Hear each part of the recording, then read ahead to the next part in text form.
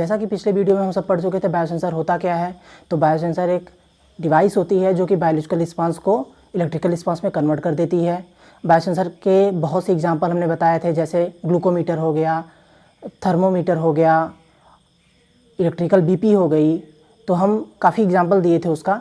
और उसके बाद हम लोग कंपोनेंट ऑफ बायोसेंसर के बारे में पढ़ रहे थे कि कंपोनेंट ऑफ बायोसेंसर यानी बायोसेंसर किससे किससे मिलकर बना है। तो उसमें था बायोलॉजिकल मटेरियल था, ट्रांसड्यूसर था, एम्पलीफायर था, प्रोसेसर था और डिस्प्ले। कम से कम इतना कंपोनेंट थे ना। तो उसके बाद हम लोग टाइप्स ऑफ बायोसेंसर के बारे में पढ़ेंगे। आखिर टाइप्स ऑफ बायोसेंसर, तो टाइप्स ऑफ बायोसेंसर मेनली जब एनालाइट ट्रांसड्यूसर से, मतलब एनालाइट जब बायोलॉजिकल मटेरियल से अटैच होता है तो उसके बाद जो ट्रांसड्यूसर द्वारा जो भी इलेक्ट्रिकल इम्पल्सेस जनरेट होती है उसी के आधार पे टाइप्स ऑफ बायोसेंसर बनाया गया है। तो देख लेते हैं टाइप्स ऑफ बायोसेंसर।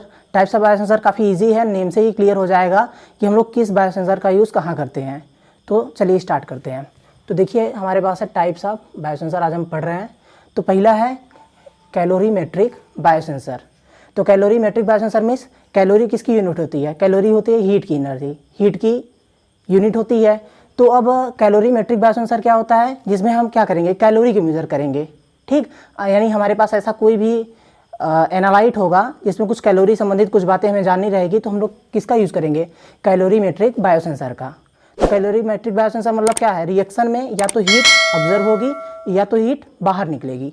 तो कैलोरीमीटर के बारे में देखिए, they measured change in temperature due to released or or observed of heat. अगर हीट रिलीज होती है तो उसको क्या बोला जाता है? उसको एक्सोथर्मिक बोला जाता है। और अगर हीट ऑब्जर्व होती है तो उसको क्या कहा जाता है? इंडोथर्मिक। ठीक है, तो दो तरह के रिएक्शन भी आप लोग समझ लिए हैं। तो कैलोरीमेट्रिक मतलब क्या होता है? कैलोरीमेट्रिक मतलब अगर किसी भी रिएक्शन में अगर हीट ऑब्जर्व हो रही है या हीट रिलीज हो रही है तो इस प्रकार के बायोसेंसर को हम लोग कैलोरीमेट्रिक बायोसेंसर कहते हैं। इसका एग्जाम्पल है glucose oxidase determination of glucose, यानी ग्लूकोज ऑक्सीडेज जो रहता है वो ग्लूकोज के डिटर्मिनेशन में वर्क करता है। ठीक है, अब आते हैं सेकंड वाले पे। सेकंड है पोटेंशियोमेट्रिक बायोसेंसर। ठीक है, अगर पोटेंशियल चेंजेस हो रहे हैं तो ऐसे बायोसेंसर को कहेंगे पोटेंशियोमेट्रिक बायोसेंसर, यानी पोटेंशियल चेंज को देखने के लिए हम लोग पोटेंशियोमेट्रिक बायोसेंसर का यूज़ करते हैं। जैसे देखिए, they measure potential difference arising during a redox reaction, example urea biosensor. ठीक है, अगर किसी रिएक्शन में ना रेडॉक्स रिएक्शन हो रहा है, रेडॉक्स रिएक्शन मीन्स या तो ऑक्सीडेशन होगा या तो रिडक्शन होगा, मतलब ये दोनों साथ साथ अगर होते हैं, ऑक्सीडेशन और रिडक्शन दोनों साथ साथ होते हैं तो ऐसे रिएक्शन को रेडॉक्स रिएक्शन बोला जाता है। ठीक है, तो इस तरह के रिएक्शन को चेक करने के लिए, हम लोग पोटेंशियोमेट्रिक बायोसेंसर का यूज़ करते हैं। ठीक, जैसे यूरिया बायोसेंसर इसका बेस्ट एग्जाम्पल है। अब आते हैं थर्ड पॉइंट पे। थर्ड पॉइंट नेम से ही क्लियर आप लोग को हो गया होगा, एम्पीरोमेट्रिक बायोसेंसर। एम्पीरोमेट्रिक, एम्पियर किसका मात्रक है? तो एम्पियर जो है वो करंट का मात्रक है। तो करंट के मात्रक को मेजर करने के लिए जब हम एम्पियर का यूज़ करते हैं, करंट की यूनिट को मेजर करने के लिए जब हम एम्पियर का यूज़ करते हैं, तो उसी प्रकार से हमें बायोसेंसर मतलब यानी किसी भी एनालाइट को एनालिसिस करने के लिए अगर उस एनालाइट में कुछ करंट फ्लो हो रहा है, कुछ इलेक्ट्रॉन फ्लो हो रहे हैं, तो उसमें हम लोग क्या करेंगे? उसमें ऐसे मटेरियल को डिटेक्ट करने के लिए हम लोग एम्पीरोमेट्रिक बायोसेंसर का यूज़ करेंगे। ठीक है, तो एम्पीरोमेट्रिक बायोसेंसर मतलब इलेक्ट्रॉन करंट, ठीक है, इलेक्ट्रॉन फ्लो अगर हो रहा है किसी रिएक्शन में तो हाँ यूज़ करेंगे एम्पीरोमेट्रिक बायोसेंसर। जैसे देख लीजिए, दे मेजर्ड करंट, यानी करंट मतलब क्या? Flow of electron. ठीक है, flow of electron arising during a reaction. ठीक है, अगर किसी रिएक्शन में क्या हो रहा है, फ्लो ऑफ इलेक्ट्रॉन हो रहा है यानी करंट हो रहा है, तो उस रिएक्शन को डिटेक्ट करने के लिए हम लोग एम्पीरोमेट्रिक बायोसेंसर यूज़ करते हैं, जैसे ग्लूकोज बायोसेंसर। ठीक है, अगर किसी रिएक्शन में फ्लो ऑफ करंट हो रहा है तो ऐसे रिएक्शन को डिटेक्ट करने के लिए जो बायोसेंसर यूज़ किया जाता है उसे बोलते हैं एम्पीरोमेट्रिक बायोसेंसर। उम्मीद करते हैं आप लोग को समझ में आ रहा होगा। अब आते हैं चौथे पॉइंट पे। चौथा है कंडक्टोमेट्रिक बायोसेंसर। ठीक है, तो इसमें क्या है, जो भी है अगर देख रहे हैं इलेक्ट्रिकल कंडक्टिविटी को मेजर करते हैं। ठीक है, इलेक्ट्रिकल कंडक्टिविटी को इसमें भी मेजर किया जाता है। जैसे किसी रिएक्शन में इलेक्ट्रिकल कंडक्टिविटी हो रही है तो उस रिएक्शन को समझने के लिए, सेंस करने के लिए हम लोग कंडक्टोमेट्रिक बायोसेंसर का यूज़ करेंगे। तो देखिए लिखा गया है, they measure change in electrical conductivity during a reaction, example urea biosensor. तो इसके लिए भी यूरिया बायोसेंसर काफ़ी मस्ट है, ठीक है। अब आते हैं पाँचवें पॉइंट की तरफ। पाँचवा पॉइंट है एकॉस्टिक वेव बायोसेंसर, ठीक है।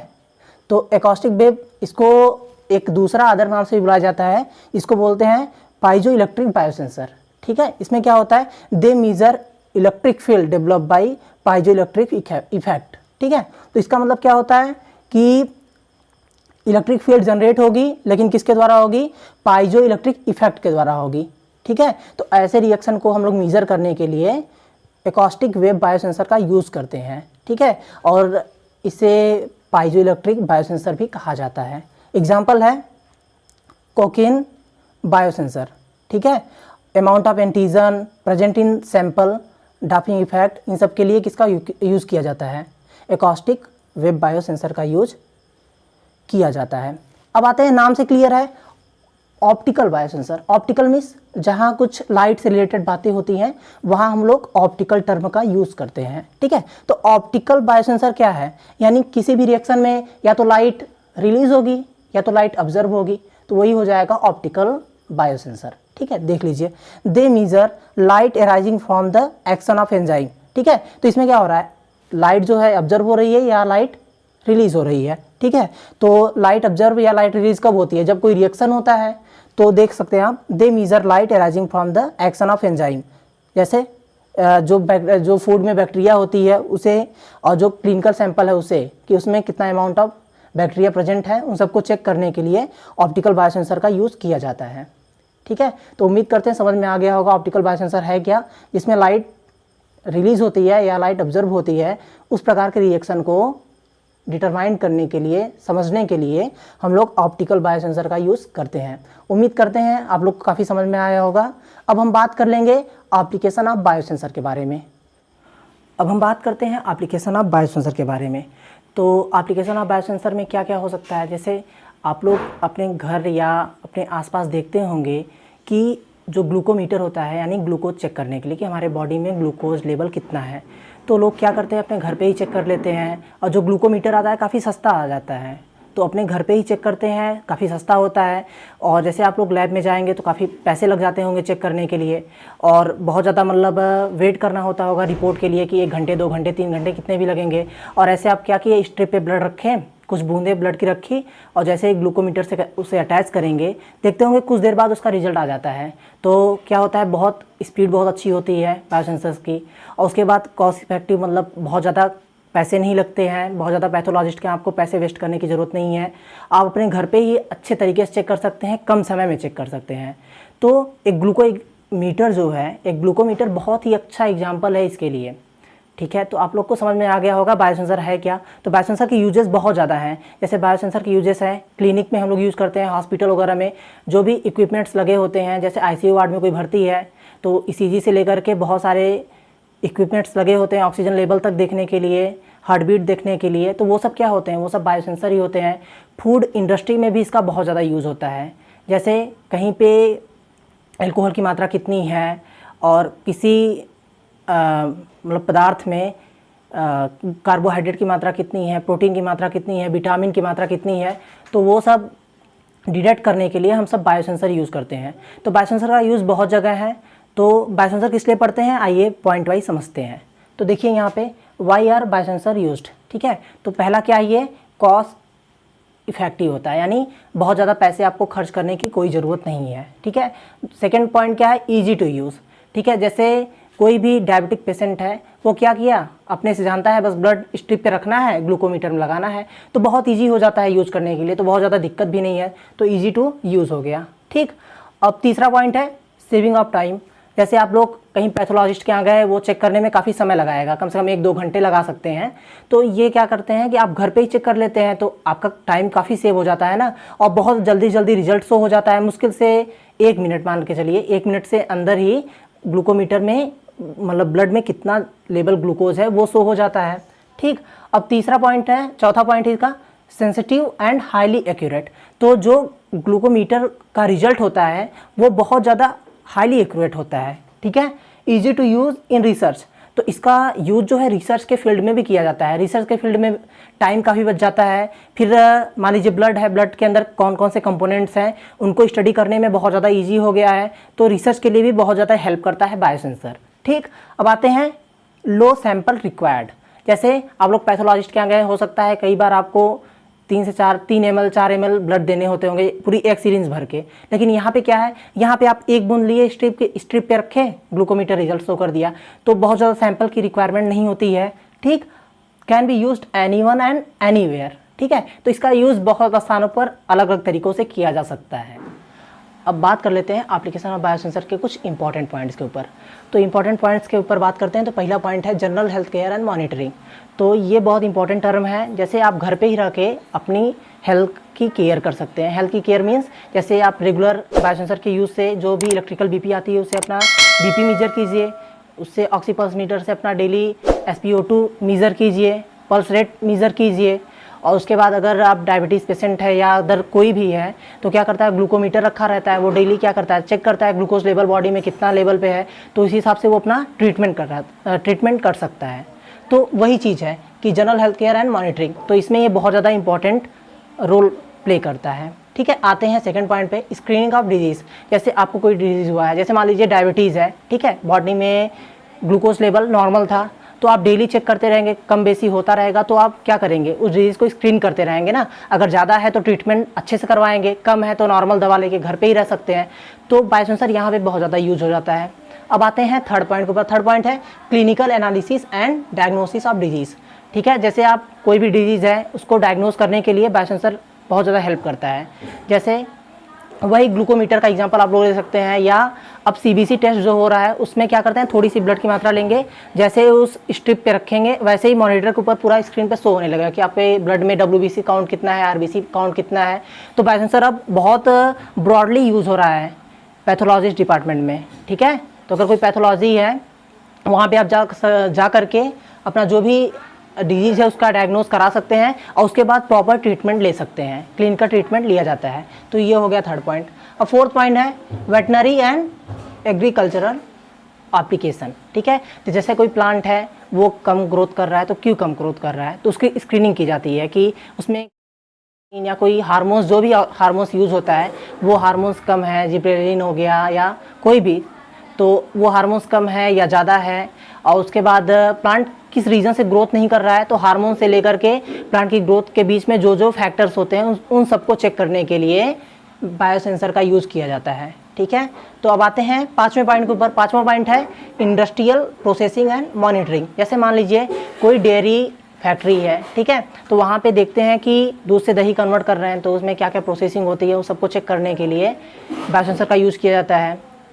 और जैसे बहुत जगह इसका यूज़ किया जाता है, अगर इंडस्ट्रियल लेवल पे बात किया जाए तो जैसे एल्कोहल वाली बात कर लें, तो जहाँ पे फर्मेंटेशन वगैरह का वर्क चलता है, जहाँ पे फर्मेंटेशन वाला काम किया जाता है, तो वहाँ पे बायोसेंसर के द्वारा ये चेक किया जाता है कि अभी तक कोई भी चीज़ हो, जैसे फ्रूट्स वगैरह हो गए, उसका फर्मेंटेशन कर रहे हैं तो वो कितने लेवल तक हो रहा है। जैसे अचार बनाने वाली फैक्ट्रियाँ हैं तो वो सभी क्या करती हैं, बायोसेंसर डिवाइस का बहुत ज़्यादा यूज़ करती हैं।